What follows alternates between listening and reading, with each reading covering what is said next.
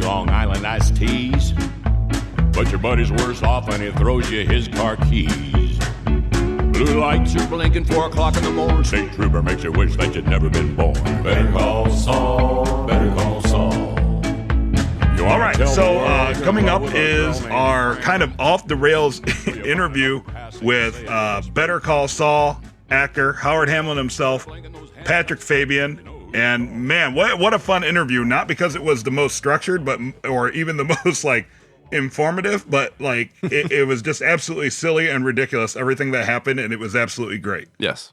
It was fun. It was fun for me. I'd never done one before with you guys, so it was nice to be able to get a chance to come and sit in with you. And do that. Yeah. And that voice that you're hearing, folks, is Alex Hoffer. Alex Hoffer is a musician from the Chicagoland area. Alex, why don't you go ahead and plug your website and your band? Yeah, my name is Alex Hoffer, like you said, and website's alexhoffer.com or alexhoffermusic.com. Either one works. It's Hoff, like David Hasselhoff, just minus the hassle. And I, like you said, I'm a full-time musician around here. I met Dave several years ago. Hofffer. Need more input.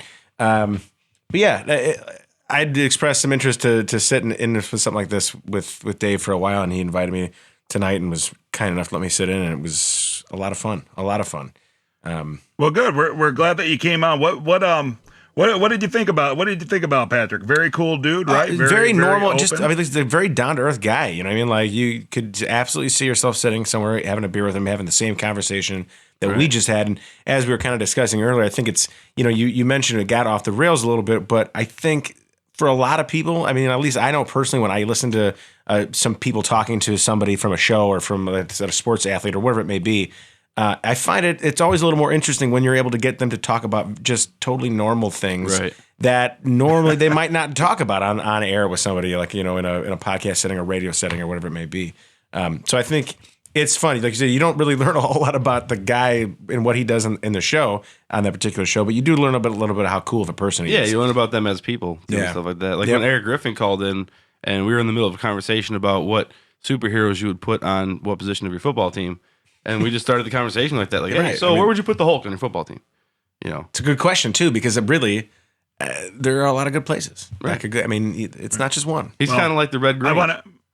I want to get back to Patrick real quick, but before I do, for the record, once again, I want to state that Eric Griffin from Workaholics' opinion about the Watchmen movie is completely wrong. Which guy is Eric Griffin? From Montez. He plays Montez on Workaholics. All right. Yeah.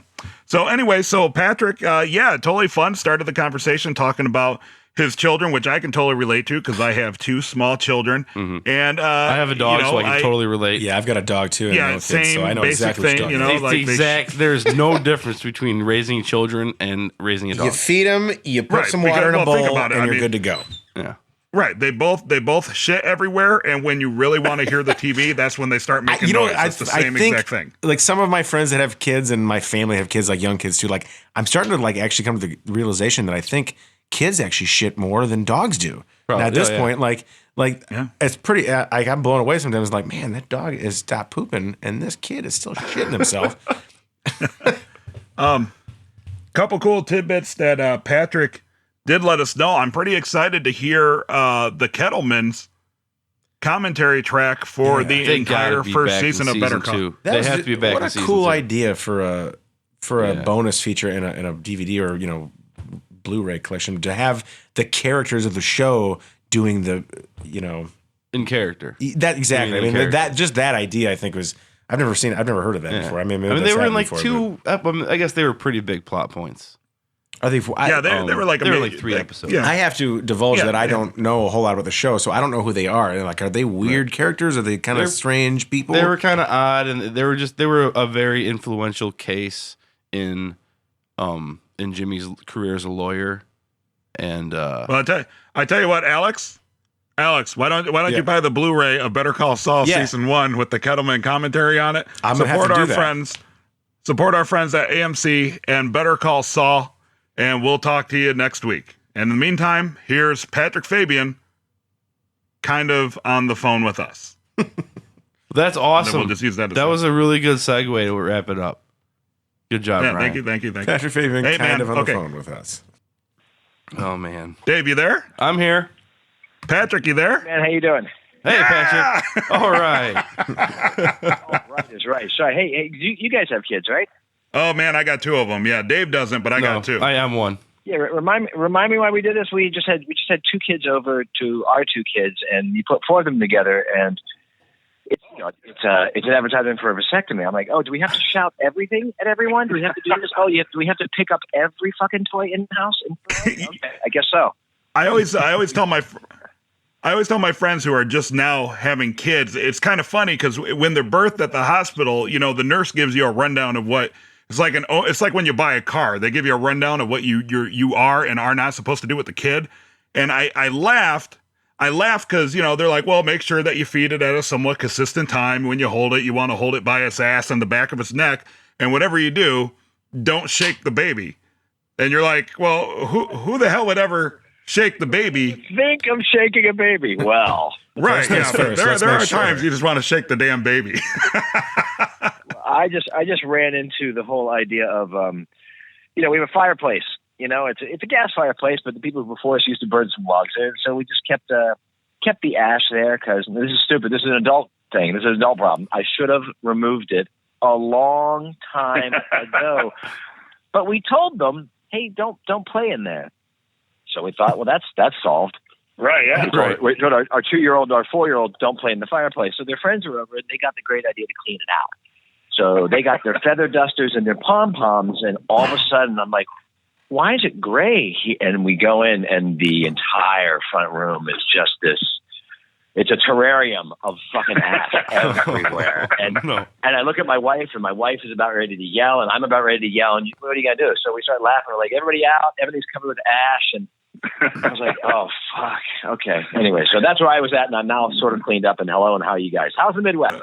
We're doing great. It's a little cold here. How's California? Started off 43 degrees this morning. It was 79 by the time I pulled in the driveway at 5. Significantly warmer than it is here. It's all day long. All day long, it's warmer. There's no ash here, though. Real quick before we move on from the topic, I got a little girl who turns 1 year old on Christmas Eve. And I don't know if your kids have gone through this, but my first kid never figured out that she could screech her voice. My new kid figured it out like a month ago, and that's like her main form of communication is just blood-curdling screams. You know what? That's when you realize it's yours.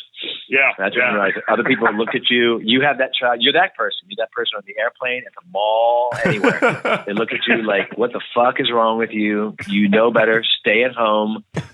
Your little wraith child should not be out in public.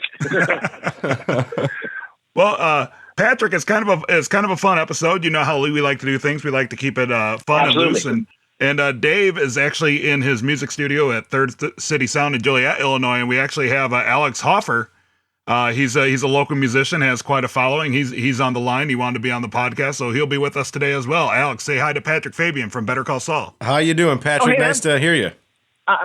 I'm good, brother. Nice to hear you. Are you going to provide interstitial music or just sort of an underlying tone of mood to help move me along? More so just underlying confusion is probably what it'll end up being from my end, but we'll see how it goes. I'm just here to sort of keep it warm. Rock solo if need be. Yeah, I do a good mouth harp, so we'll see if I can break that in at some point. And I mean mouth harp like with my actual mouth, not an actual instrument.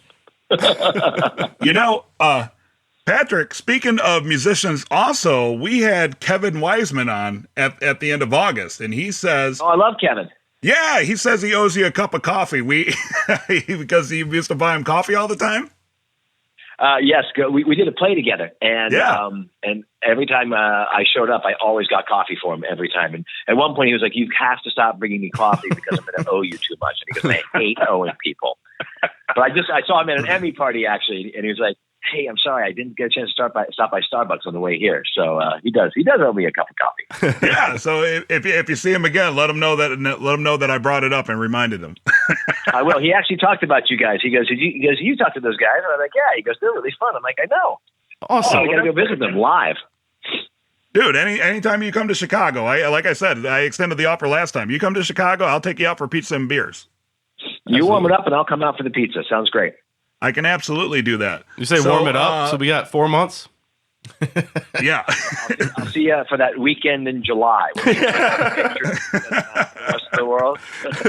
Right. It's that time between we take down the winter decorations and then get ready to put them back up again. It's like a short window of time.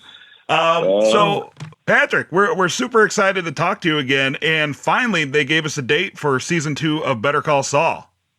Yeah. February 15th. Absolutely. How exciting. We're absolutely pumped. We're stoked. It's been kind of a drought as far as the show goes. They're very good at keeping the secrets locked down, and we can't wait to see what's in store for Howard. Well, it's that weird thing too, because like you're saying that, and I'm like, oh no, there's all this. I'm like, right, because I was just doing it. I was just doing season 2, so therefore it's still very much in my brain. We just wrapped about 3 weeks ago. So yeah, you were living it, my friend. I was living it, as a matter of fact. And yeah, I tell you what, I took a whole bunch of pictures this year, but it's that weird thing of like, you can't post anything, and because the one they'll just kill you literally, and 2, you don't want to give anything away. Right. But I can safely say this, I also feel that there was a drought because there was only 10 episodes, and if there was any, dare I say, complaint about the first season of Better Call Saul, there was definitely that sense of people weren't sure what it was going to be. And I think they wanted certain things to unfold or certain storylines to have a little more meat on their bones and that sort of thing. And all I can say is that, season 1 set the table really well for season 2 and where things start to get going. And I think people's, their thirst is going to be satisfied is what I can definitely say on that. Ooh, I like it. That's does it pick up right at the end of season 1, or is there like a time jump there between the seasons? He can't tell you that, Brian. I really can't. Can you divulge how many episodes there are? Then I withdraw my question. Yeah, you withdraw. It's gonna be one of those interviews. I'm sorry. No, that's okay. On that. No, you know what? We keep moving along. I mean, you're going to find out more what happens to everybody in the show. There's no doubt about it. But, these guys always reserve the right to time shift in order to go ahead and give you a little more backstory or tell you what's going on. So, and just today, as a matter of fact, the whole writing staff received 3 Writers Guild nominations. Oh, nice. Wow. Which is a huge thing for best drama, for best new show, and then for a particular episode as well, which is, as we were talking about it with some friends the other day, I mean, there's like 100,000 shows on television, and I'm partial to this without a doubt. But I also understand there's a lot of other worthy contenders out there. There's a lot of great TV. So once again, to have these guys, Vince and Peter in particular, were singled out for their work on the pilot last year. Just reminds me, as my friend said, he goes, "Hey, this is just a reminder for you not to get cute or get creative, and just hit your mark and say exactly what they've written for you, and you'll be fine." It's funny when I was putting together, just kind of prepping a little bit for our talk today. It's so, because there's obviously a lot you can't speak about yet, and I'm sitting there, I'm like, oh, I want to ask them about the show, but I don't know what I kind of can't ask them. So I was like, oh, I'll just ask them if there's a time jump, and apparently I'm not allowed to ask about that. So I mean, out of the gate, all of a sudden you're like, wow, this half hour is going to be a 5-minute interview. Dude, and that'll be it. So story of my life. Within the first 10 minutes, I fucked it all up and blew it. Here, let me ask you this. Maybe you can tell me this. So in the first season, we didn't get to see a lot of Howard's story, and I know it's all about Saul and Jimmy and what have you, but will we get any glimpse into like more of the personal life and the background of Howie Hamlin? Well, by its nature, a second season gets to go ahead and start to grow the roots of the tree a little bit more, and get the branches going. So that's a vague, like Wayne Dyer kind of way to say, in life is like a tree. A television show is like a bush. But it kind of is because, as much as everybody loves Saul and loves Jimmy, wants to find out what's going on. Now that we've established him and his world, we want to see more of his world growing around him and see what's going on. And also, Mike and Jimmy are connected. We want to see how that continues on. What's going on with Kim and Jimmy. Right, yeah. as of last season, she was really basically the only lady in skirts walking around, and she certainly had a thing with Jimmy. They've got a connection going on, so we want to see where that goes, where their Jack and Diane sort of thing ends up, or their Sam and Diane, Jack and Diane. It's John. I was going to say, you're sitting out the Tasty Freeze. Yeah, listen to me. I'm trying to talk cool like I know TV, and all I do is jump to an '83 song from John Cougar Mellencamp. That's okay. Dave and Alex are actually working on a John Cougar Mellencamp cover band right now. That's right. Are you really? Yeah, they're putting the final pieces together. That's why they're at the studio. Yeah, it's called Life Goes On. Oh, I thought it was called Cougars Forever, but that could have been mistaken. You're going to get a different crowd, There's a difference in opinion between the two of us. And they're going to wonder what you two are doing on stage. Right. We're going to call it Jack and Diane, actually. Yeah, it's going to be a different name every week. And that way nobody knows where to see us. That's the idea. It's super undercover. You're super independent. Good for you. Right. Yeah. It's like so anti-establishment. There is like no establishment whatsoever. Yeah, you might say they follow anti-establishment. Oh, damn it. I was going to drop anti-disestablishmentarianism in the podcast. I wish you could have seen his face just now. Like when he said that, he was so upset that he didn't know how to say that right at that moment. He is. You know what? We can pretend like you'd even try to say it, and then later on, find a place to feather it in, and we'll be impressed. We'll act like it's the first time. Anti-disestablishmentarianism. Wow, good word. Holy cow. That's like Zoom Schwartz Perfegliano, right? That's a tough one. I don't even know what that means. Yeah. You are much. Guess who's calling me right now? Who's that? Ray Seahorn. Oh, tell her we said hi. Can you punch her in? Yeah. But I don't even see what I'm loving about this is we are so far off the rails right now. I'm about to throw it more off the rails. Somehow there was talk of a John Cougar Mellencamp tribute band that has no real name except for a different song title every week. That's where this went to somehow, and I'm just happy that I could be a part of it. Really, I thank you for that. That's what we do, Alex. I'm not even sure if Pat's still on the phone. He's probably listening. That's okay. What are these guys going to say when I'm not there? Well, he's probably talking to Ray because Alex, I don't know if you know, but we've actually had Ray Seahorn, who plays Kim Wexler on Better Call Saul. She was actually on our show, one of the first celebrity interviews that Dave and I did. Dave mentioned that to me a handful of months ago when he first kind of mentioned me. He was doing a show with you. And that's kind of his introduction for me about how you guys were doing what you're doing here. And that was a really cool kind of story to hear about because she's been really nice with you guys too, apparently, because you guys love her a lot. Yeah, you know what, Ray, I guess we're waiting for Pat. The beauty of Ray is that her being willing to talk to us actually really opened up a lot of doors for Dave and I because, of course, it kind of opened the doors to more of the cast for Better Call Saul. But those... the cast members of that show taking their time to speak with two nobodies like us actually gave us clout to talk to some of the really awesome people that we've talked to on the Nothing Important podcast. Yeah. It makes perfect sense too. When somebody like that is in that place in a show in the cast, like you said, it's got to be really great for you guys too. You guys are having fun doing this thing anyways, but when you get to get, kind of a blast of exposure like that, that's got to be wonderful. Yeah. And right. she was part of the crew that bullied Patrick Fabian into coming on with us too. Oh yeah, the Twitter bully party.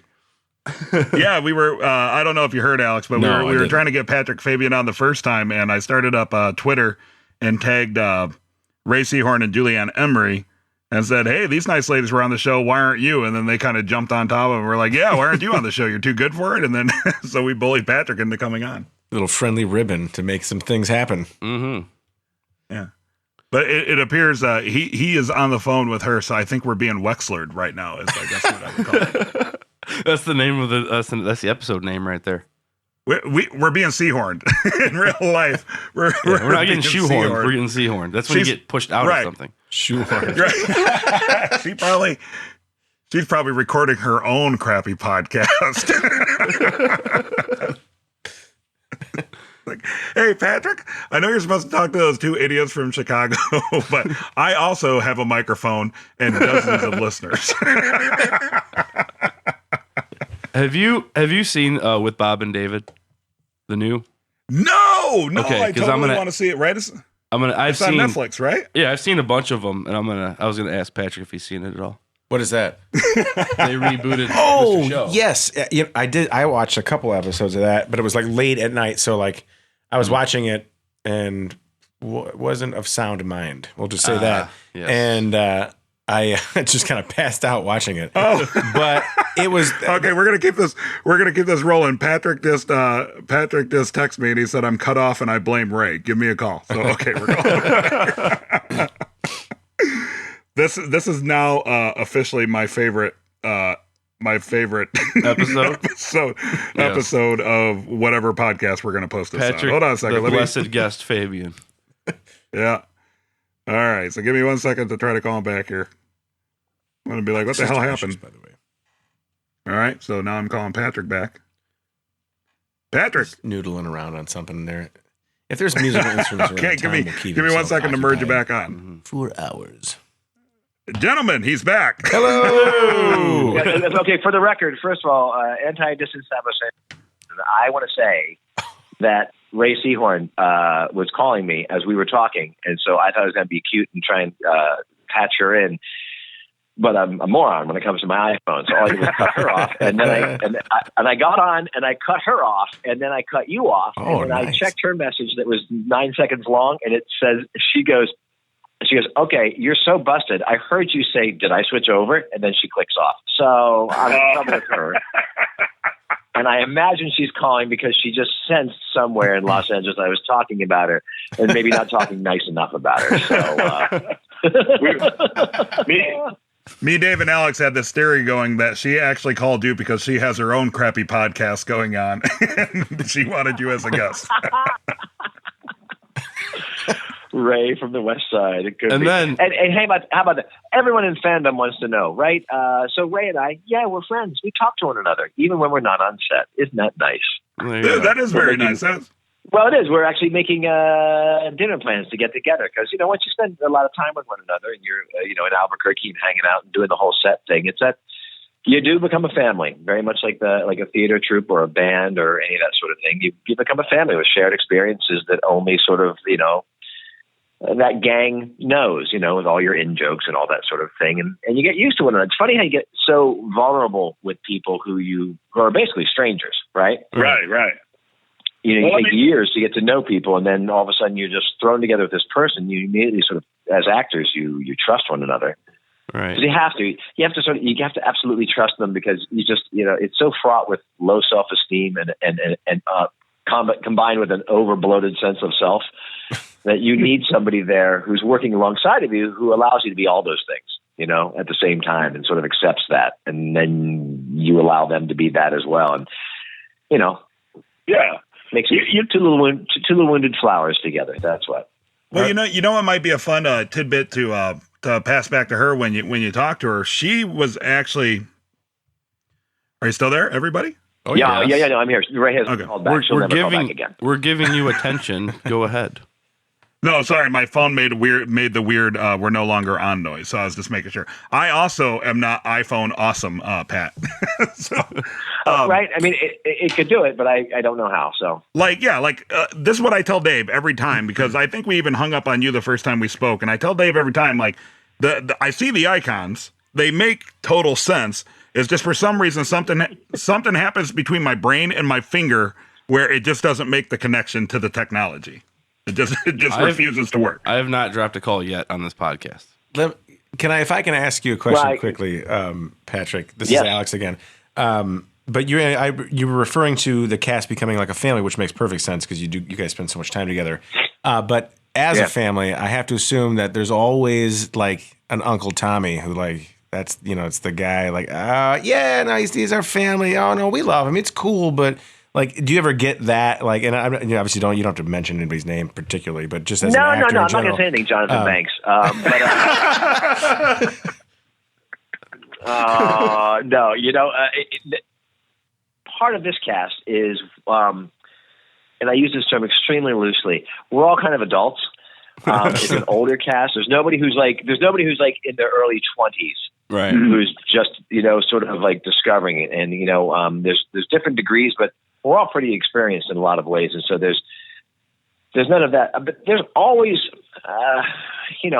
cast-wise, I wouldn't say there's necessarily sort of the Uncle Tommy.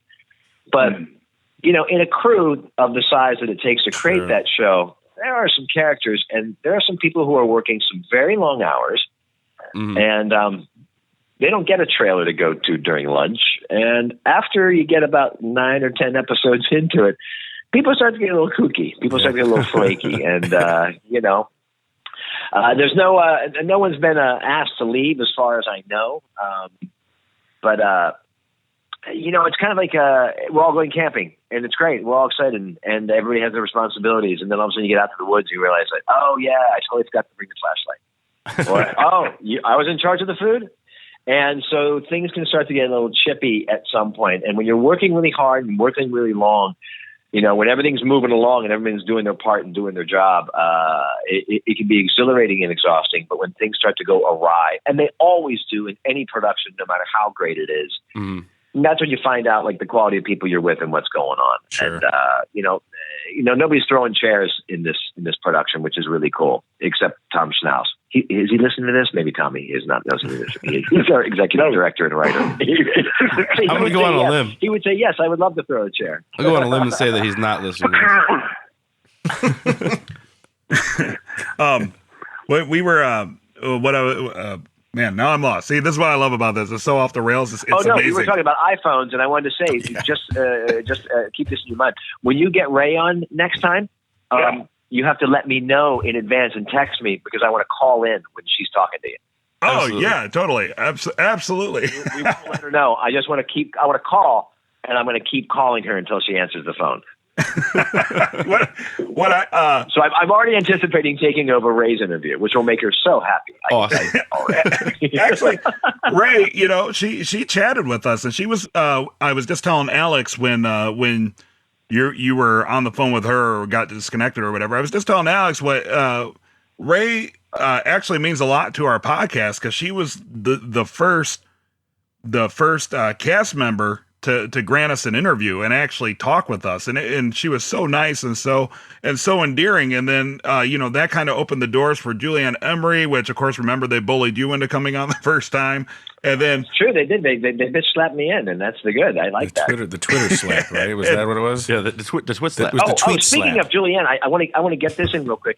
There's the new DVD collector's edition that's coming out of Better Call Saul season 1, and on it is the Kettleman's commentary.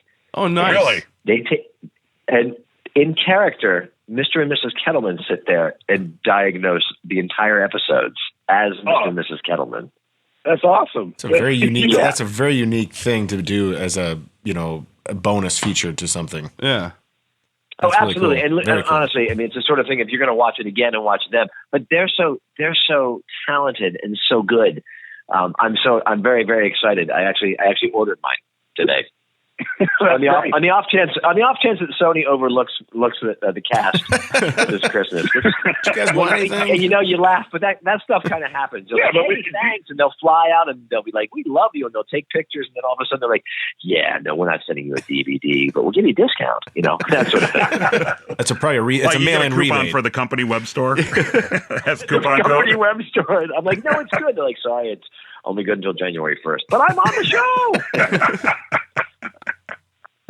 Well, come back when you're a regular on Scandal. See ya.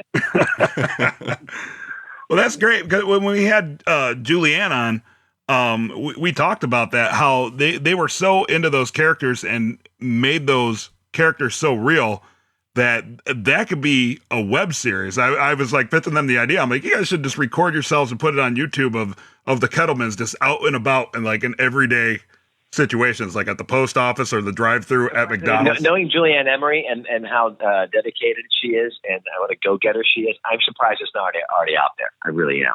Right. Right. Absolutely.